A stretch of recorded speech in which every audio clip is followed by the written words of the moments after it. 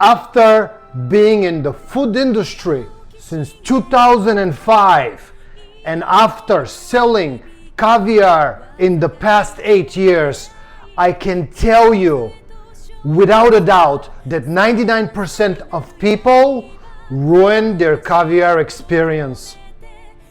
So the main reason why people are ruining their caviar experience is because they use something like this. This is called blini. And every single time when somebody buys caviar, says, "Show me the blini." Hey there, thanks for stopping by. This is the Barbaric Eats cooking show. Today, I'm going to show you 3 unusual ways to serve caviar so you can stand out from the crowd and blow your guests away with incredible experience. So the reason why I am against using blini is because I've tried them, and the problem with blini is that blini is a miniature pastry that was made and then was vacuum sealed in a plastic bag. So I've tried blini, and to be honest with you, they taste like wet, soggy dough, which is blah. I can't believe how people eat that, and sometimes they buy caviar that is $300 per ounce and put it on that vacuum sealed dough that tastes really, really bad. So today I'm going to show you 3 unusual ways to serve caviar, and if you stay until the end, I'm going to show you the most exquisite and yet barbaric way to serve caviar, which is a classic French preparation and can honestly remain in the minds of your guests forever. All right, so let's look at the ingredients really quick. So what I have here is 2 ounces of white sturgeon imperial, and this happens to be one of my favorite caviars because of its strong briny flavor. I really love the flavor of this caviar, and it's absolutely amazing. And today we're gonna pair it with a bunch of things here, and you might be wondering why I have meat, bones, and oysters and potato chips when we're talking about caviar, and also why do we have port wine? And I'll explain why. Oh, I forgot to mention the dried cherries as well. So what we're basically going to do is serve caviar on top of a white truffle potato chip. So this is white truffle potato chips. These are amazing. And we're going to serve the caviar on the potato chips because it tastes 100 times better than soggy blini. Next, I'm going to shuck these wonderful Katama Bay oysters, and we're going to put the caviar on the oysters, which is going to be completely exquisite experience. And the last dish that we're going to create, well, stay until the end of the video if you want to find out. All right, so the first thing that we need here is a little bit of stew meat, and I'm just going to break this piece of chuck here a little bit so I can cut some chunks of beef for a little bit of a beef stew. Okay, so what we have here is the stew meat. We have 2 nice marrow bones, 1 onion, we have the port wine and dried cherries. And now we're gonna make a stew that is no ordinary stew. We're actually going to stew the beef in the port wine, and at the end we're gonna add the sweet cherries. But first, let's start sauteing the onion. All right, so I am going to saute the onions on low heat for about 15 minutes so I can bring out the sweetness out of them. All right, so the onions are almost ready. They've been sauteing for 15 minutes. And as you can see, no golden brown whatsoever. You gotta keep the temperature low so they don't turn golden brown. We want them nice and sweet. And now I'm searing the beef in a little bit of butter on both sides for about 2-3 minutes, and then we're going to combine the meat and the onions together. All right, so we have combined the beef and the sweet onions, and now it's time to add the port wine.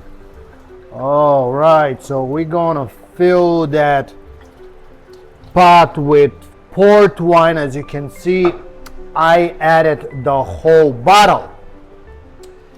And now we are very slowly going to simmer this for about 3 hours because we want the beef to be extremely tender.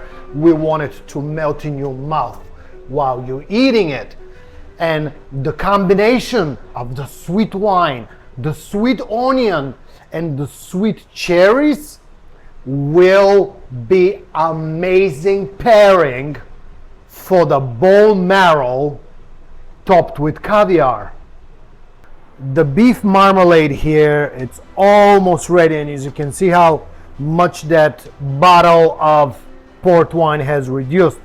And I have half an hour until it's done. So now it's time to add the sweet cherries.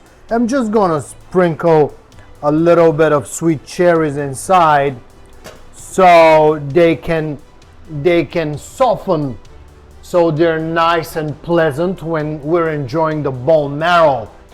Meanwhile, now we can shuck some oysters. All right, so if you never shucked oysters, I'm gonna show you how it's done. So usually the oyster has a belly and has a flat side, and the flat side of the oyster is your presentation side. So basically right here there is a little opening where we can put in the oyster knife, and it's good to wear protective equipment while you're shucking oysters. The best way is to use a towel, because if that knife slips while you're shucking the oyster, you want it to end in the towel. You don't shuck oyster like this in your hand, because you are going to stab yourself in the hand. And this is how the oyster is shucked. Just put it in the towel, you put the knife right here, and you gently push and twist, and you see how easy it is. And then the oyster has this liquid inside. I don't know if you can see it coming out on the towel, but the oyster is connected to the top shell and the bottom shell. So this is what it looks like. This is what it looks like with the liquid inside. And since it's connected to the bottom of the shell, you want to run that knife underneath to separate that connection, because now you can eat the oyster. Otherwise, the oyster meat is not going to come off the shell, and it's going to ruin your experience. Okay, so I have this thingy with ice here, and we can put the oysters on it. All right, so let me do a couple of more. I'm just going to do one more to show you how easy it is to shuck an oyster. And you just gently twist and turn, and this is how it's done.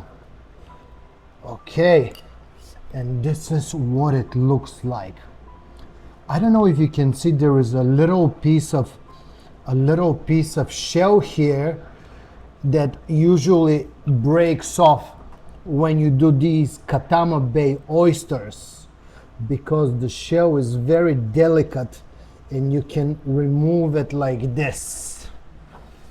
So I like to just grab it and just remove the the shell from the oyster and just separate the oyster from the bottom shelf, so later on when we put the caviar on it, we'll be able to just slurp it.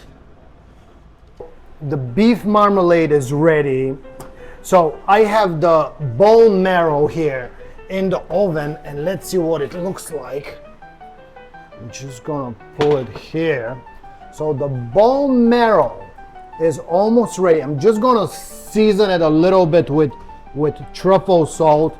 I have a little bit of truffle salt here, and I'm going to give it very gentle, very faint and gentle sprinkle of truffle salt, and I'm going to put it back in the oven so it can finish cooking. So everything is ready. I am actually ready to start plating, and we can open the caviar and see what it looks like. So let me just put this here. So as you can see, the caviar is sealed here, and we know it's not been opened. And I'm just gonna cut that seal, and now it's time. All right, look at that. That looks amazing. I cannot wait to try this white sturgeon imperial. Okay, so I have the caviar here on ice. I have my oysters on ice as well, and I have my creme fraiche here. Now we can actually open the potato chips, and I'll show you what we're going to do. Just going to open this bag like this, and ooh, this smells good. So for now, we're simply going to arrange the potato chips around the oysters, and we can even do it like this, so we can enjoy these with some caviar. Okay, so we have this out of the way. Let me try one. Can't wait to try these potato chips. Oh my God, so truffly. All right, so it's time to put some caviar on these oysters, and I have my Marrow spoon here, and I'm just gonna put a nice spoonful of caviar on the oysters, and then we're gonna try this, and after that we're gonna go to the main course. All right, so for the main course, we're going to use the beef marmalade and just arrange it around the bone marrow. Just gonna put a couple of chunks like this with the sweet onions, and then we're going to grab some of that sweet sauce with the cherries and just going to spoon it around the plate. So this is what we're doing, and I am creating a horrible mess.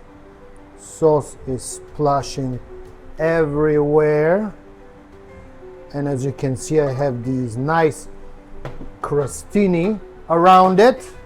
And we're going to finish everything with some microgreens here. Just sprinkle some microgreens, and we should be good to go. Let's not forget a nice spoonful of caviar on top of the bone marrow. All right, this is going to be a true caviar feast.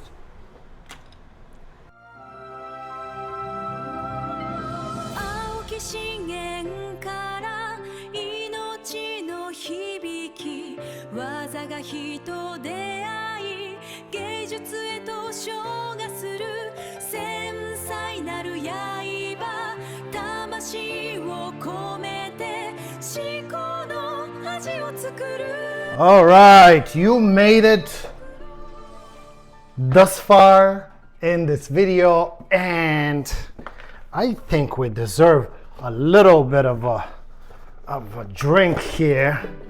Let me see if I can get this out, since we're having such a fine dinner here. And how do you even open this? Let me see if we can cut it with the knife like that. All right.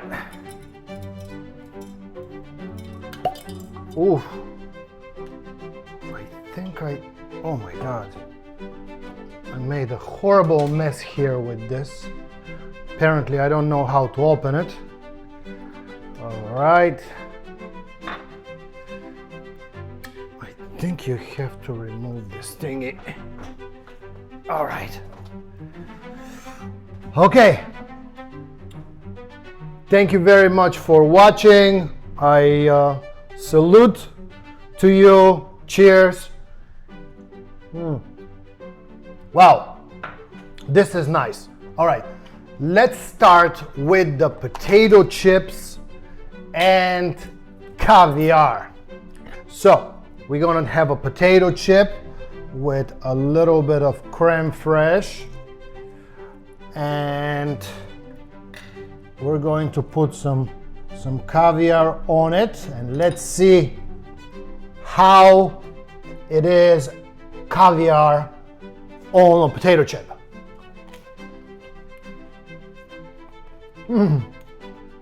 Wow, it is actually very refreshing. I like it. Let's try another one just to make sure that it's a good combination. Oh my God, look at this caviar. Look at this white sturgeon. Oop.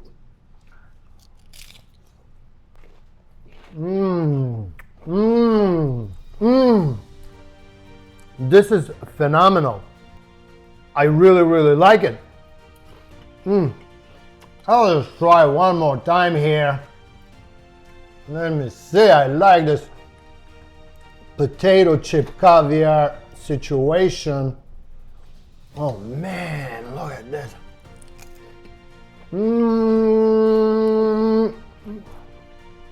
This is absolutely amazing. Cheers, guys, one more time. Johnny Walker Blue. Now, we're moving to an oyster. And this probably will get messy. Don't laugh. Okay, bon appetit.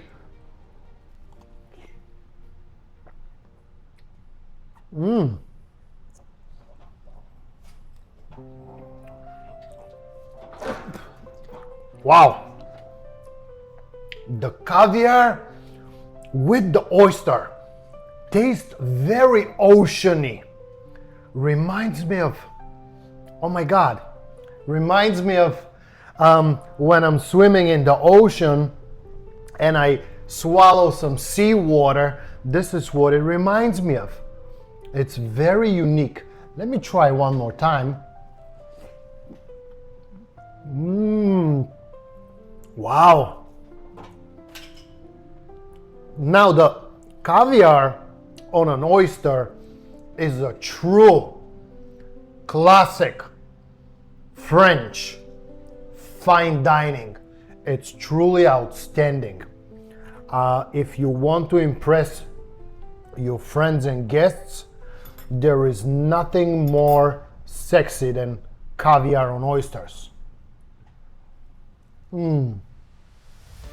Wow. Unbelievable. Okay. Moving to the bone marrow. Let me see if I have another little spoon here. All right. So I have the bone marrow canoe. I don't know if I can show you this without dropping it. Let's see if I can scoop some bone marrow with caviar. Oop, it fell. Great mess, but I was able to salvage some on the spoon, a piece of bone marrow and caviar. Let me see if I can find a sweet cherry here. All right.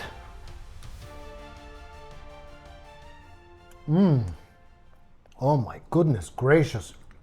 These flavors are so unique. Having bone marrow and caviar tastes like something that I personally have never tasted before. Oh my god, this is absolutely outstanding. Let's try the beef together with the marmalade. Oh my god, this is unbelievable. So now I have a piece of crostini here that is soaking in the beef marmalade, and I'm going to try a little bit with some creme fraiche and a little bit of caviar on it. Let's see how it goes. All right, and I'll let you know what it tastes like.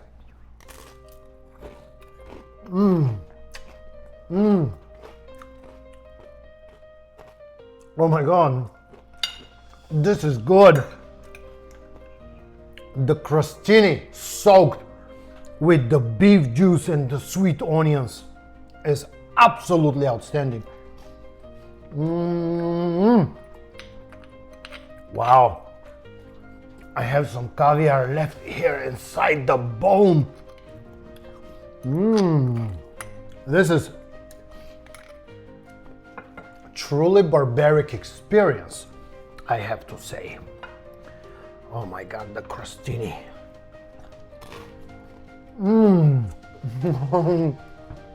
So delicious.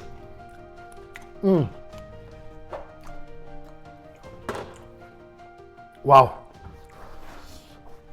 Oh la la. This is so good. So good. This caviar feast. Let me see if I have some caviar left in the jar to eat some more potato chips and caviar. Ooh, a little bit left. A little bit left for one final potato chip.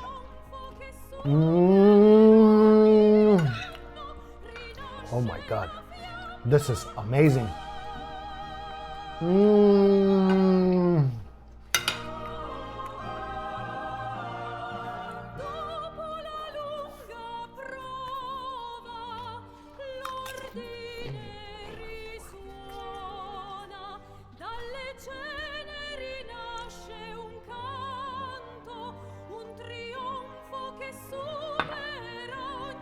If you like this video, give me a like. If you have any questions or comments, use the comment section below. Thank you very much for watching another episode of the Barbaric Eats Cooking Show, and I'd love to see you in my next video. Bye bye. This is crazy barbaric. Oh my god, look at that. Caviar. And the crostini, oh my god. It was crazy delicious. Crazy delicious. Look at that. Caviar with bone marrow. Caviar with bone marrow, crostini with the beef marmalade. Oh my god.